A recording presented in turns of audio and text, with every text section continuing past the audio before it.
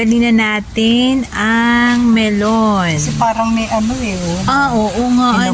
Hinog na. Hinog na. Tsaka nangangamoy na siya. Ibig sabihin, hinog na talaga. So, kakat na natin. Yan. Dito na lang. Sige, dyan na lang. Cut na natin ang melon. Yan! Naka-harvest din ng melon. Guys, ito yung melon namin na dati na feature ko sa video. Hinog na siya. Ayan o. Nangangamoy na ang bango.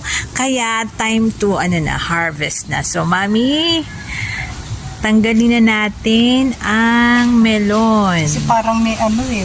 Oh. Oo nga. Hinog na. Tsaka nangangamoy na siya. Ibig sabihin, hinog na talaga. So, kakat na natin. Yan. Dito na lang. Sige, dyan na lang.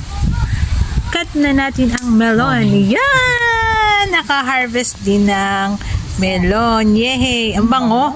Wow! Ito yung mabango. Ibig sabihin, Kaya na lang talaga. meron siyang ano. Yan, mahinog na. Para siya, dapat Oo siya. nga. Hinog na, oh.